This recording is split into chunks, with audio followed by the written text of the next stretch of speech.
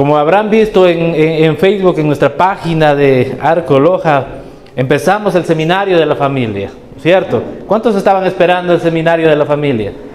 Amén, qué bueno.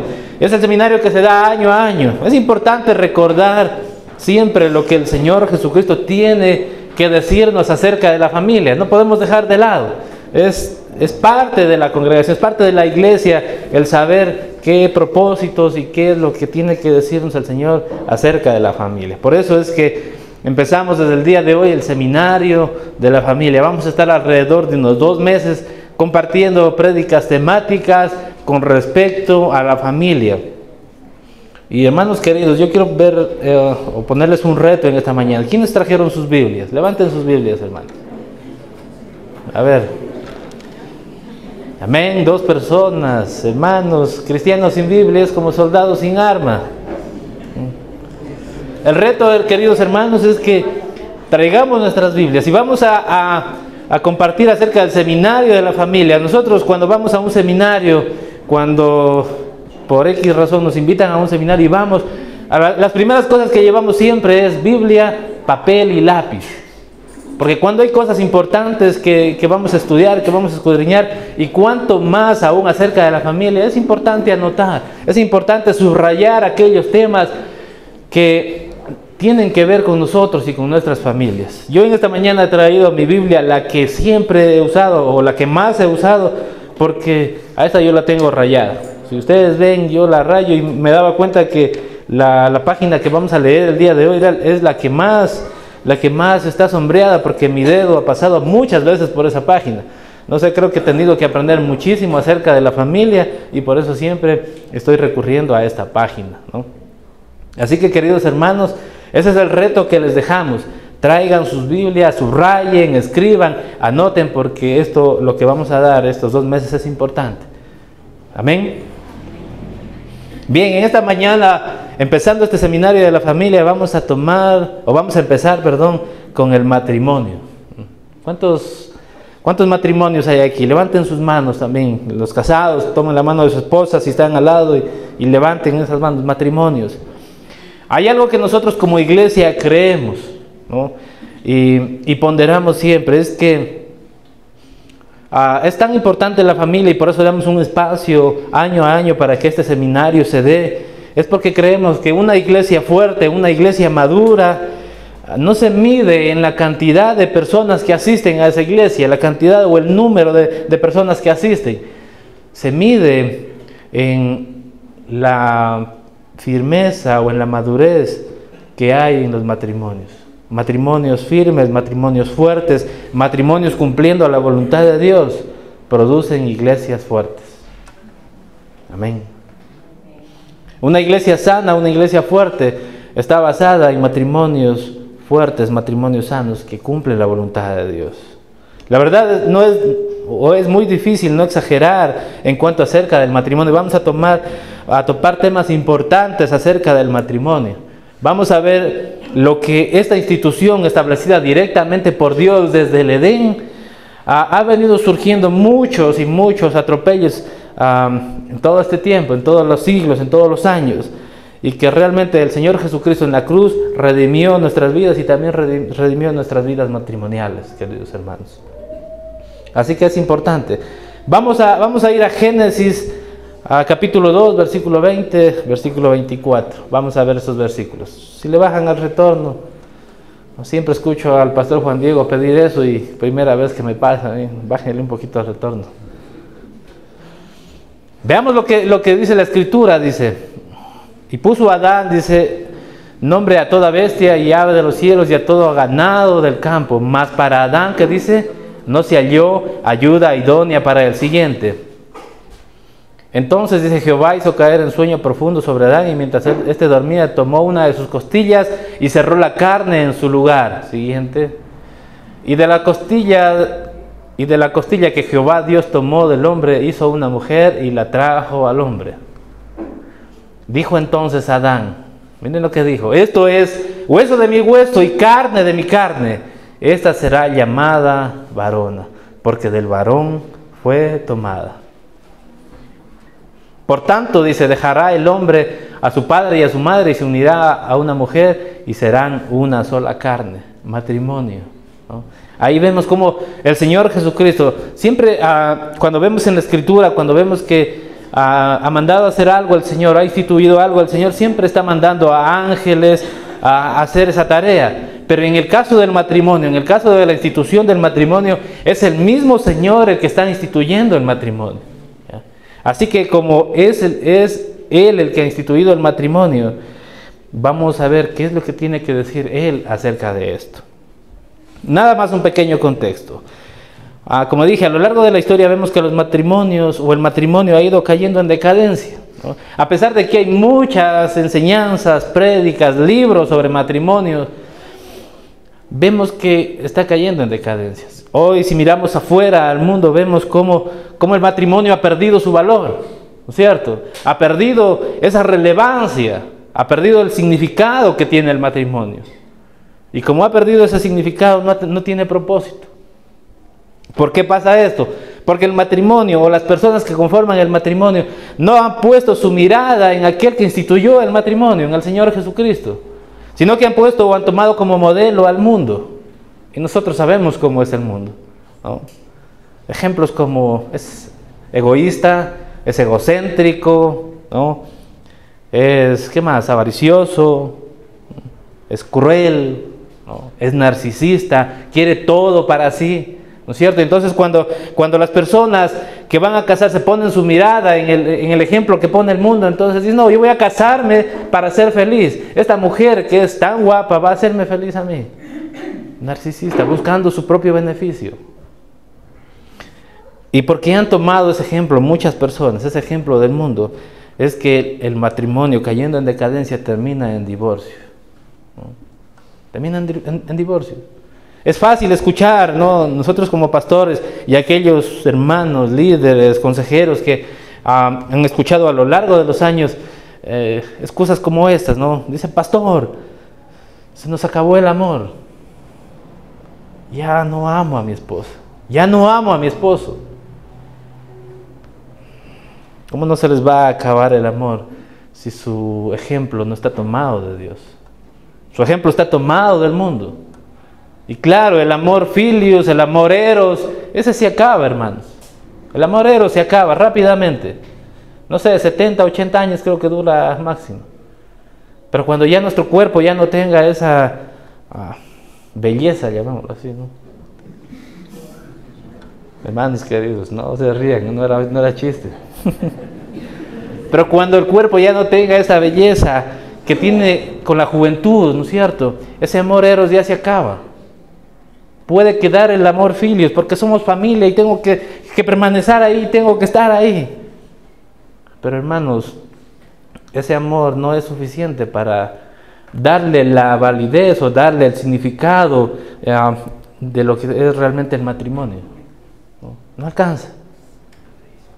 Por eso es importante nuevamente no tomar ejemplo del mundo, sino ver lo que Dios tiene que decir. Más adelante vamos a ver. Pero ejemplos como es que ya no nos entendemos. Pastor, ya no nos entendemos. Y cuando hacía esta prédica me reía porque a veces, no sé si les ha pasado a ustedes, pero a mí sí, a veces ni yo mismo me entiendo. Hay tantas cosas que a veces digo, no sé, parezco sonso pensando en una cosa y otra, ¿no? Y no me entiendo. ¿Cómo podríamos entender a alguien que muchas veces tiene distinto pensamiento en nosotros, ha sido criada de forma distinta, ¿no? ¿Cómo pretendemos, si Dios no está dentro del matrimonio, que vamos a comprendernos y vamos a entendernos? Es difícil, no va a suceder. Muchos matrimonios se unen, como acabé de decir, por ese amor eros, ¿no? Se traen muchísimos y pierden la cabeza y están casados, y después cuando pasan los años ese amor empieza a cambiar y ya vemos cosas como esas, que ya se acaba el amor, ya no nos entendemos, pastor, ¿y qué hacemos? Divorcio. Muchos de ellos toman esa vía del divorcio rápidamente. No somos compatibles el uno al otro. No, es que no tenemos nada que ver. Ahí cuando han pasado 3, 4 o 5 años, recién se dan cuenta de que no han sido compatibles. Pero cuando estaban de novios, eran el uno para el otro, ¿no? Aún saben decir la uña y la mugre. Y ya no somos compatibles. Nuevamente. Cuando un matrimonio está basado en nuestros pensamientos, en nuestra forma de pensar, en aquello que nosotros creemos que puede ser, hermanos, fracaso. Tenemos que ir a lo que el Señor Jesucristo tiene que decir, a lo que Dios tiene que decir acerca del matrimonio. Pastor, queremos cosas distintas como matrimonio. No, mi esposa ya no me apoya, mi esposo ya no me apoya, yo quiero hacer esto, yo quiero hacer aquello, pero ella o él me frena. Queremos cosas distintas, por lo tanto ya no podemos seguir iguales. Nuevamente, se dan cuenta ahí recién de que persiguen sueños diferentes, anhelos distintos y que no han tenido nada en común. Y cosas como esas, muchísimos ejemplos, muchísimos, hermanos. Se sorprenderían ver las excusas por las que llegan a consejería familiar y al borde de un divorcio, ¿no? Y no sé, muchas veces nosotros le decimos, vamos a la Escritura, vamos a ver lo que la Escritura dice, pero ellos ya han tomado su decisión. Y uno le dice, hermano, entonces, ¿qué es lo que vienes a pedir? ¿Que yo avale tu divorcio? No, no lo vamos a hacer. Porque yo también soy casado. Y yo, felizmente, este año cumplo 17 años de casado con mi esposa. Y hemos pasado luchas y tribulaciones, claro que sí, hemos pasado muchas situaciones en las que muchas veces hemos tenido que morir a nuestra carne y quitarnos del lugar del trono para que Cristo Jesús asuma ese lugar y nos enseñe y nos dirija. Pero cuando eso no sucede en el matrimonio, el divorcio está presente en el corazón y en la mente del hombre o de la mujer. Cuando el emocionalismo ha acabado, surgen todas estas excusas y la vía que quieren ir las personas es el divorcio.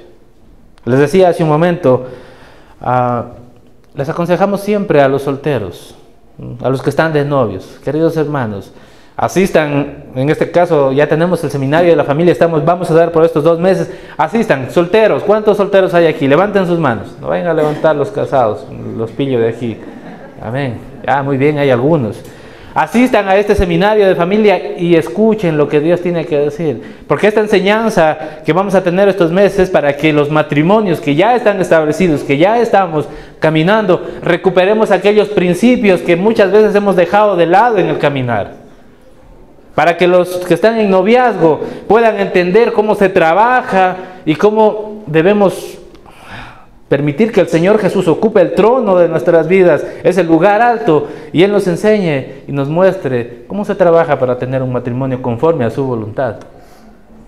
Y para los solteros, aquellos que todavía no tienen novios o novia, para que tengan entendimiento de aquello que deben buscar, de aquello que deben hallar, porque dice la Escritura que el que halla esposa ha hallado el favor de Dios, ¿no? La gracia de Dios. Entonces este seminario va a permitir que los solteros, casi digo que nosotros, no, yo ya no estoy soltero, que los solteros aprendan lo que el Señor Jesucristo tiene que decir, tiene que enseñar, para que busquen a esa persona realmente adecuada para sus vidas. Yo siempre les digo, cuando una persona soltera viene y me pide consejería, dice, mire pastor, quiero casarme, le digo, hermano, ¿es creyente? No, dice, no, la verdad no. Hermano, ora, solteros, oren. ¿Ya? A lo mejor su matrimonio no está ni 1 año ni en 2 años, pero aprendan a orar desde ya para que Dios ponga a esa persona idónea para sus vidas. Oren ahora para que cuando estén casados no tengan que orar para que Dios transforme la vida de su cónyuge. Amén. Y eso es lo que queremos que suceda a través de estas enseñanzas. Pero como decía hace un momento atrás, es importante ver lo que el Señor Jesucristo tiene que decir acerca del matrimonio, ¿no? Vemos toda esta corriente dentro del mundo y podemos ver matrimonios. Es más, si vamos al registro civil, tenemos un hermano que trabaja en el registro civil, no está por aquí, no, creo que viene a la segunda reunión. Nos vamos a dar cuenta que son más los que se divorcian que los que se casan, porque el matrimonio ha perdido su valor. El matrimonio ha perdido su valor. No hay entendimiento en la pareja, en las personas, del pacto que están haciendo. Y van delante, no sé, de un sacerdote, delante del pastor mismo, porque también los cristianos se divorcian, hermanos. No crean que solo a los de fuera se divorcian. También los cristianos se divorcian, porque no tienen entendimiento y no le dan la relevancia que tiene esta institución, dada por Dios, fundada por Dios. Y es importante, decía, lo que el Señor Jesús tiene que decir, porque la corriente está ahí, ya. La salida más rápida para ese no me entiendo, se acabó el amor, queremos cosas distintas, ya no lo soporto, es el divorcio. Pero el Señor Jesucristo, vamos a ver lo que Él nos dice. Marcos 10, capítulo 10, versículo 1. Dice, levantándose de allí, dice, vino a la región de Judea, al otro lado del Jordán, y volvió al pueblo a juntarse a Él, y de nuevo les enseñaba como solía. Siguiente. Y se acercaron, dice, los fariseos y le preguntaron para tentarle si era lícito al marido repudiar a su mujer. Hasta ahí un momento. Estos fariseos son tremendos, ¿no? Siempre acabamos de la semana pasada de predicar el Evangelio de Juan y vemos que estos fariseos son tremendos. Ellos siempre están buscando tentar a Jesús y por una área o por una pequeña hendidura tratar de hacerle caer al Señor Jesucristo, ¿no? Esa es su misión. Ellos son en esa forma. ¿Por qué buscaban tentarle? El contexto de este capítulo muestra de que habían dos corrientes en ese tiempo en los judíos. Había dos enseñanzas de dos rabinos. La una que les daba carta libre para que repudien a su mujer por cualquier cosa. Incluso si cocinaba mal, que por eso le den carta de divorcio. O si eso fuera en este tiempo. Se ríen, hermanos, no sé si están comiendo mal. Y la otra corriente de los judíos era de que no había por ninguna circunstancia motivo para separarse, para divorciarse. Y estos fariseos vienen a Jesús tratando de tentarle para ver qué es lo que él dice, a ver si se hace a un lado y acusarle de que no obedece la ley de Moisés, o si irse al otro lado respetando la ley de Moisés y diciendo entonces, no permitiendo el divorcio, y diciendo entonces la ley de Moisés, ¿para qué está? Si él permitía carta de divorcio, él permitía repudiar a una mujer, a la mujer de su casa. Y esto lo hacían para tentarle al Señor Jesucristo. El contexto es largo, pero más o menos esa es la enseñanza. Y el Señor Jesucristo en su sabiduría, como Él siempre responde, sigamos el siguiente versículo.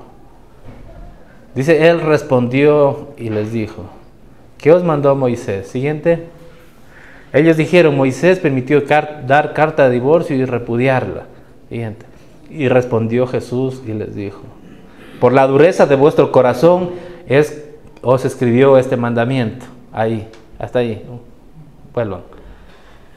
Nuevamente, por la dureza de vuestro corazón, por la dureza de vuestros pensamientos, por aquello que ustedes piensan, por aquello en lo que ustedes se han fijado y piensan que eso es aquello que debe normar y debe guiar al matrimonio.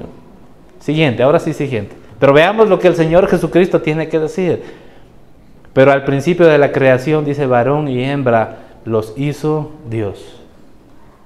Por esto dejará el hombre a su padre y a su madre y se unirá, ¿qué dice? A su mujer.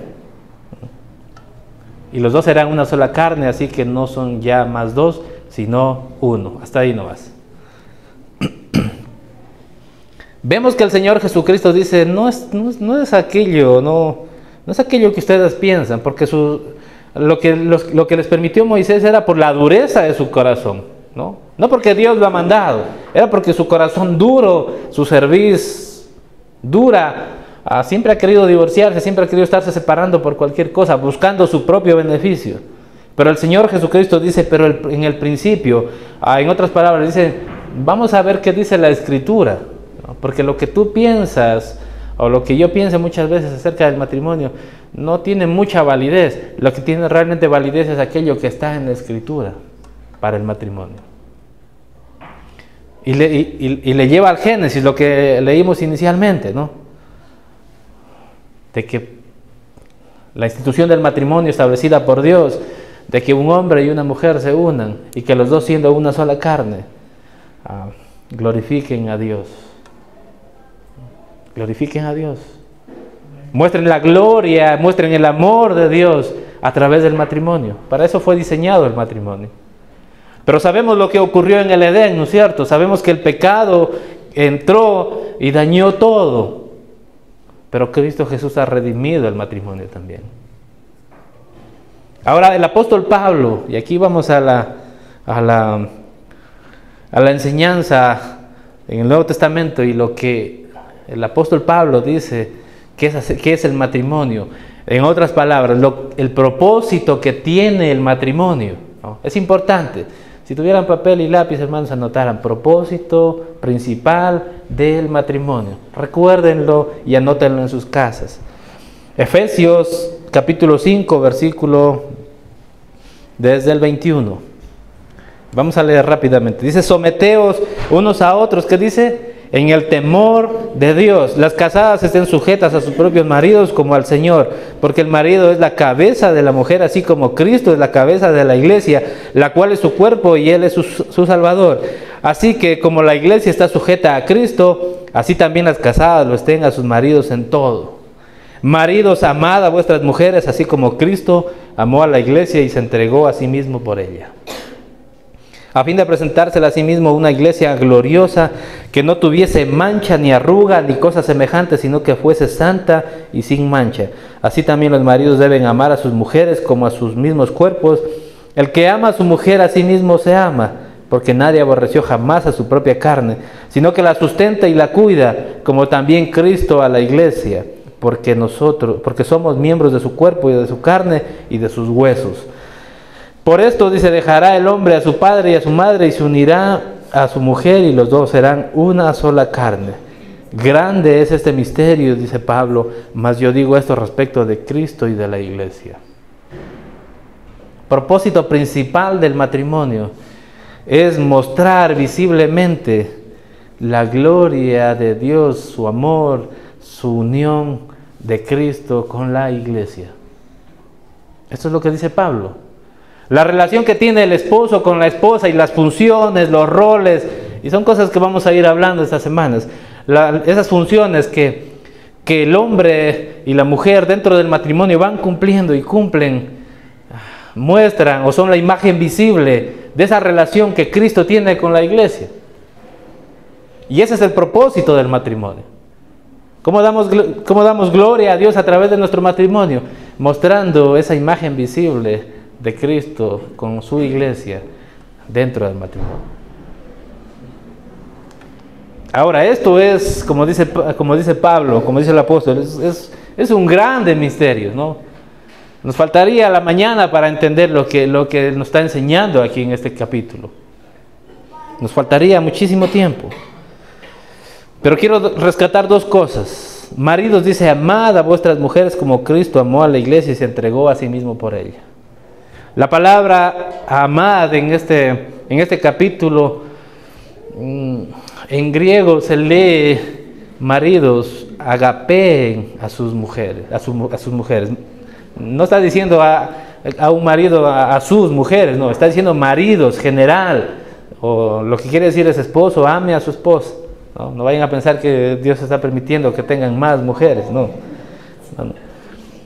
Y esto es lo que está diciendo aquí, agapeen a su esposa, a su mujer. No es un amoreros, no es un amor fileo, no está diciendo fileen a su esposa, agapeen a su esposa. Así como Cristo amó a la iglesia y se entregó a sí mismo por ella. Las casadas, dice, estén sujetas a sus propios maridos como al Señor.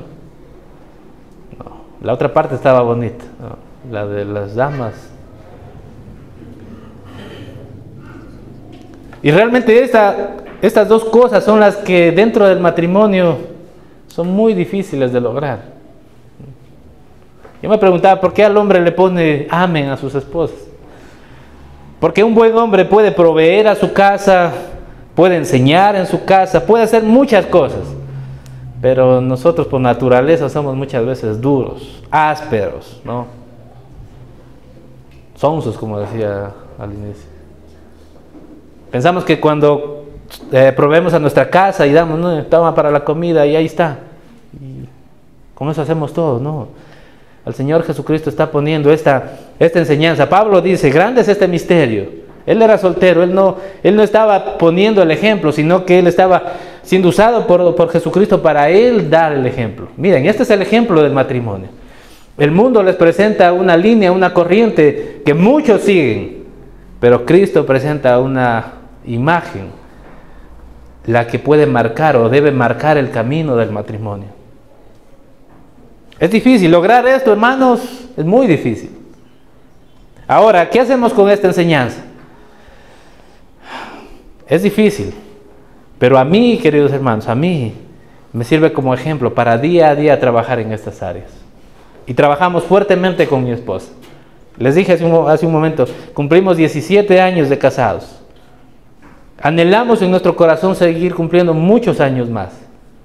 Pero en todo tiempo, en todo momento, estamos dándole lugar a Cristo Jesús en nuestro matrimonio. Porque cuando Cristo Jesús no está en el matrimonio, hermanos queridos, como dice la Escritura, en vano edifica el edificador, si el edificador no está ahí. En vano se edifica.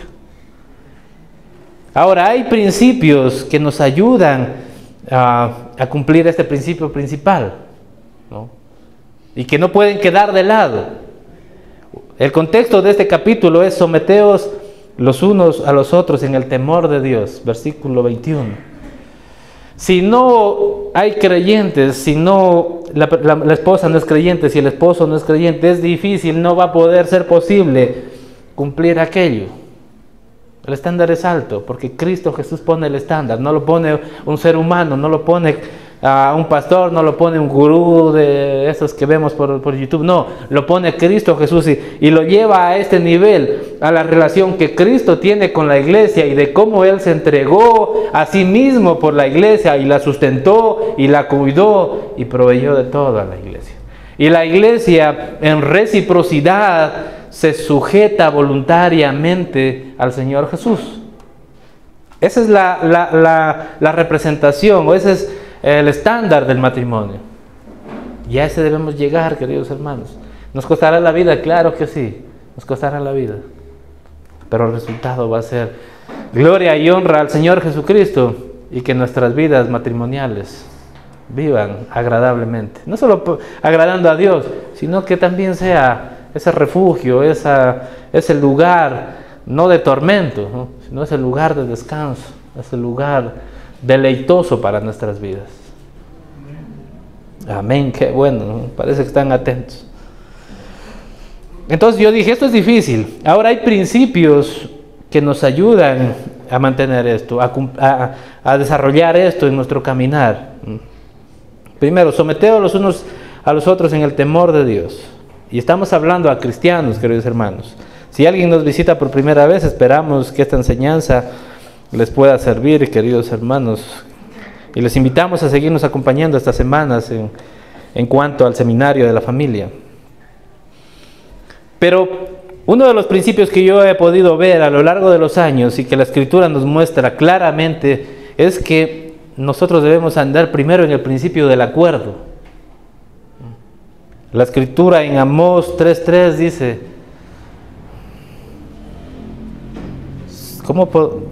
vamos a ver, Amós 3:3.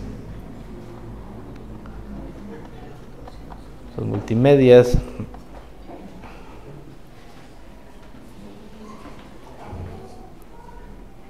El principio del acuerdo es muy importante y vamos a ver por qué.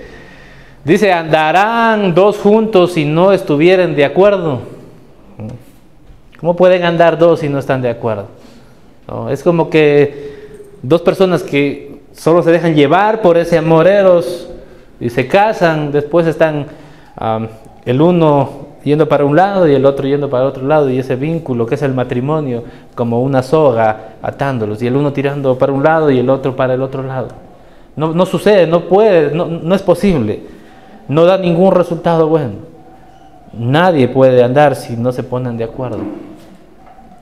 Y el temor a Dios, el temor al Señor, significa que primero nos hemos puesto de acuerdo con Él. para caminar con Él, sujetos a su voluntad. Y cuando andamos sujetos a su voluntad, podemos ponernos de acuerdo entre el cónyuge y yo en aquello que vamos a hacer. Les decía que esto trata de rescatar aquellos principios que como matrimonios hemos dejado muchas veces de desarrollar. Para los novios, lo que hace esto es que presten atención, novios, ¿no? No esperen a estar casados para aprender aquello, el principio del acuerdo. No esperen a pasar 2, 3 años. Cierto, alguna vez escuché esta prédica y lo que tenemos que hacer es ponernos de acuerdo, tenemos que conversar cómo el proyecto de vida que vamos a tener, cómo va a ser nuestro matrimonio. No debe ser así. Debemos tener este principio del acuerdo antes del matrimonio, dentro del matrimonio y en el futuro matrimonial. Porque tenemos que siempre estar conversando, siempre poniéndonos de acuerdo en lo que vamos a hacer. Y ahí nace otro versículo, otra enseñanza, ¿no?, que deriva de este principio del acuerdo. Segunda de Corintios 6, 14.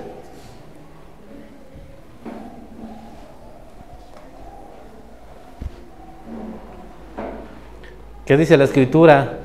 No os unáis en yugo desigual con los incrédulos, porque qué compañerismo tiene la justicia con la injusticia, y qué comunión la luz con las, ¿qué dice? Tinieblas.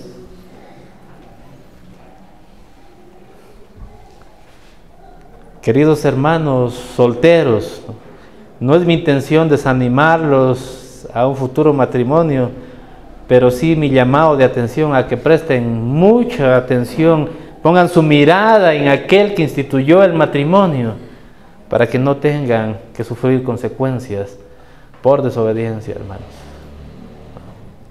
Nadie puede irse a un matrimonio, primero, sin el principio del acuerdo. Nadie puede ir al matrimonio en yugo desigual. No deberían ir en yugo desigual. No debe suceder, queridos hermanos, porque en esta iglesia no pasa, pero en otras, hermanos, vemos que la mayoría de iglesias están llenas, la mayoría por mujeres solas.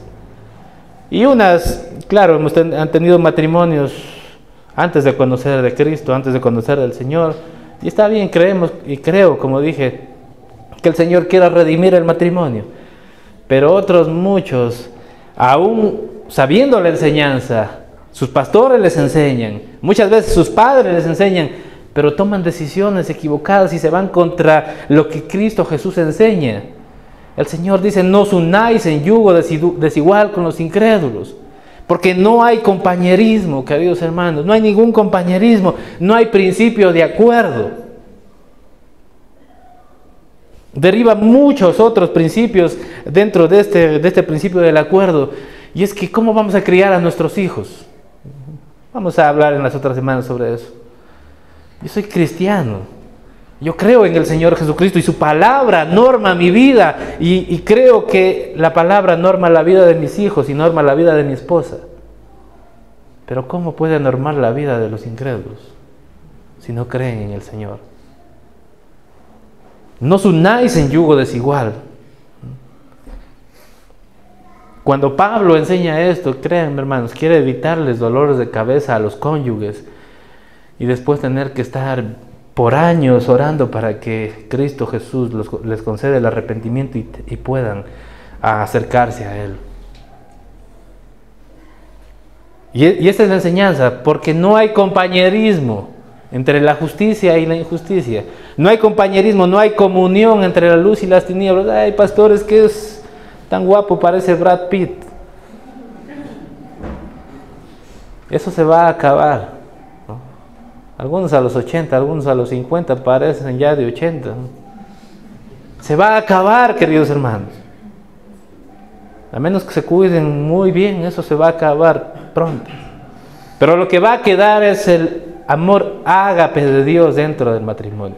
Y ese amor ágape va a hacer que el esposo cumpla sus funciones dentro del matrimonio, no por obligación, sino porque quiere hacer la voluntad de su Padre, la voluntad del Señor, porque hay un modelo que seguir, hay una línea marcada por la cual nosotros podemos recorrer como cónyuges. Le decía a mi esposa en la madrugada, porque esta enseñanza no me dejó dormir, queridos hermanos. Saben que Satanás no quiere que prediquemos, no quiere que hablemos acerca de esto, porque la corriente que afuera en el mundo se desarrolla es fuerte. Y si Satanás destruye la institución matrimonial, aquello que el Señor ha instituido, habrá cumplido su comisión de venir a matar, a robar y a destruir. Y no podía callarme. Quise traer este versículo porque no podemos callarnos, queridos hermanos. No podemos callar la verdad. Tenemos que predicarla. Y le decía a mi esposa, si me dejara contar un poco de nuestro testimonio de matrimonio, ¿no? Sé que va a ser el tiempo. Me regalan 5 minutos más, hermanos. Y cuando nosotros fuimos jóvenes, bueno, más jovencitos, seguimos siendo jóvenes. Cuando teníamos nuestro noviazgo, queridos hermanos, en algunos grupos de conexión ya lo saben, pero mi esposa, cuando la conocí, no era cristiana. Y yo la conocí, nos hicimos amigos, y yo le predicaba el evangelio, y con un hermano conversando, y me decía, no conocía de Cristo, y fue su novia, Carlitos. Le digo, sí, y como dice el apóstol Pedro, ¿acaso no tienen derecho también? Perdón, Pablo decía, ¿acaso solo Cefas y Juan tienen derecho a comer del redil del Señor? ¿No?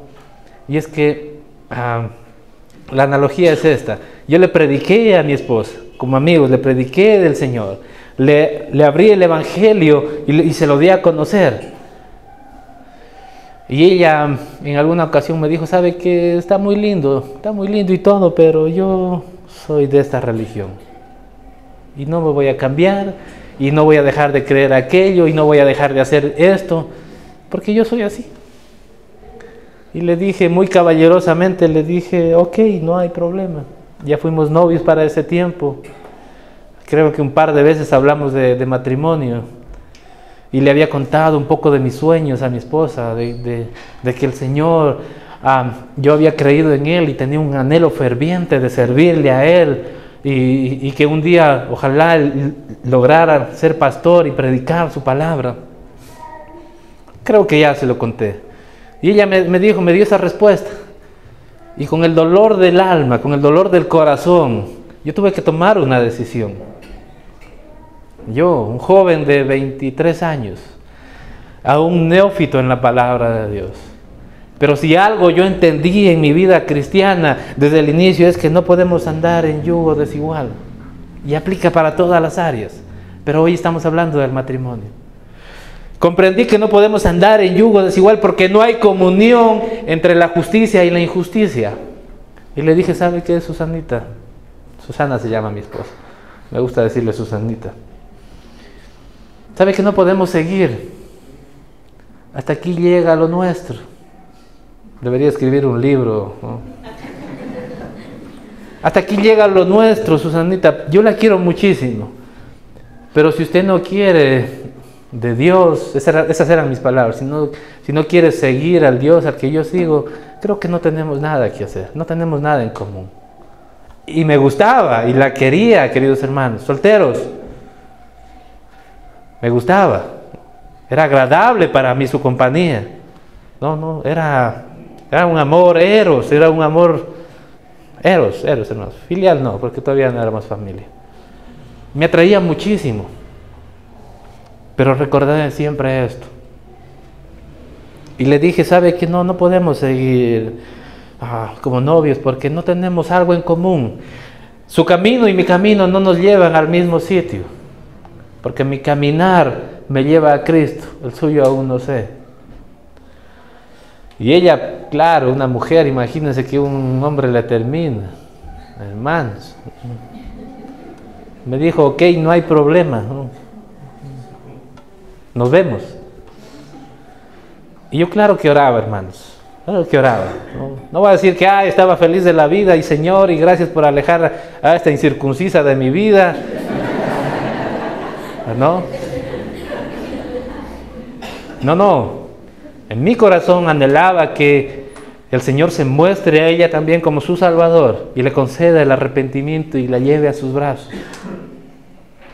Pero no estaba dispuesto a tomar el siguiente paso si ella no reconocía al Señor. Y no reconocía honestamente, porque hay muchos casos en los que dicen, no, voy a la iglesia, es que nos vamos a casar, vamos a la iglesia, te acompaño.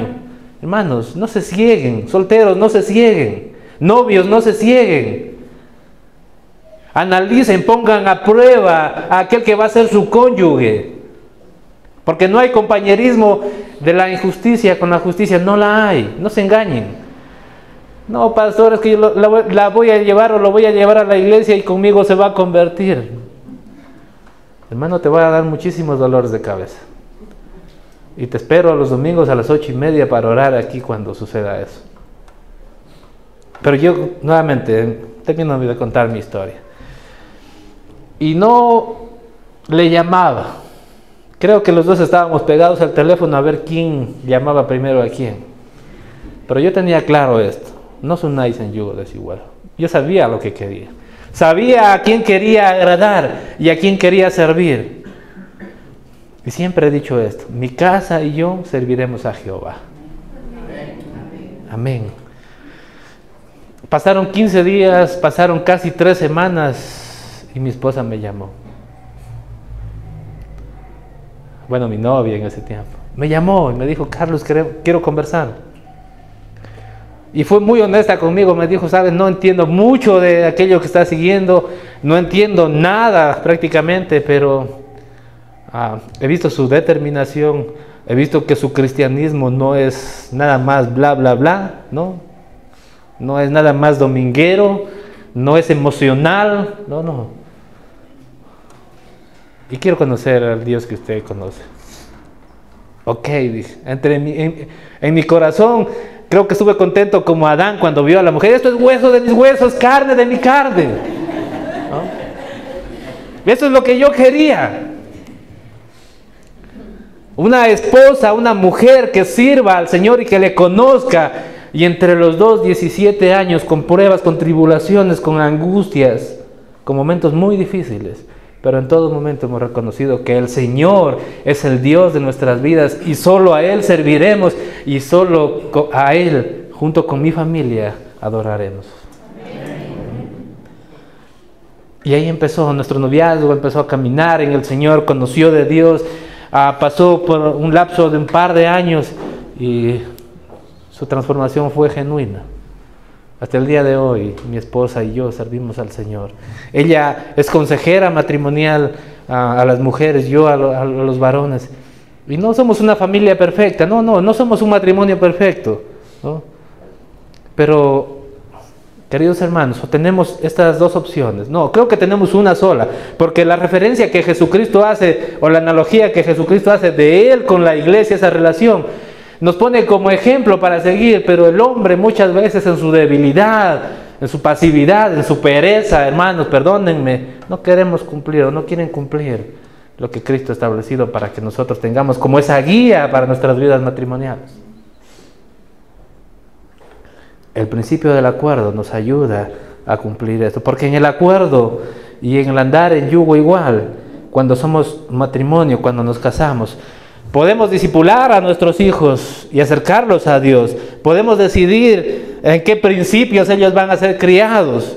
Podemos decidir en qué valores ellos van a ser criados. Y saben, a veces a los hijos, muchas veces ellos vienen de buena gana, otras veces vienen zapateando y dicen: no, vamos porque tenemos cita con el Señor. Y así es. Y es nuestra decisión como matrimonio hacer eso. Discipulamos a nuestra familia. Son principios que están dentro de este principio del acuerdo, que nos ayudan a cumplir el principio principal, porque cuando un matrimonio es funcional, cuando un esposo agapea a su esposa conforme a la voluntad de Dios, y cuando una esposa se sujeta a su esposo conforme a la voluntad de Dios, es una imagen preciosa de la gracia del amor de Dios.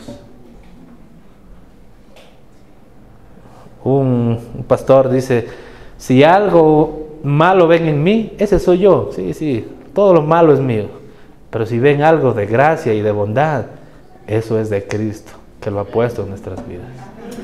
Así que eso es en el matrimonio. Todo lo bueno, lo funcional que puedan ver en nosotros, en sus pastores, en sus hermanos, Es lo que Cristo ha puesto en nuestras vidas. No nace de nosotros voluntariamente. Muchas veces tenemos que matar a nuestra carne para que la voluntad de Cristo sea hecha en nuestras vidas. Amén. Pongámonos de pie, hermanos. La iglesia es como un arco. Un arco transporta agua y Cristo es el agua viva. Un arco nos conecta y como iglesia debemos conectarnos con la gente, velando por los intereses de los demás.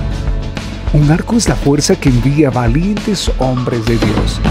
Y un arco genera unidad entre dos cosas separadas, Dios y el hombre. Esa es la iglesia, la esposa. Vivamos la iglesia, seamos el arco.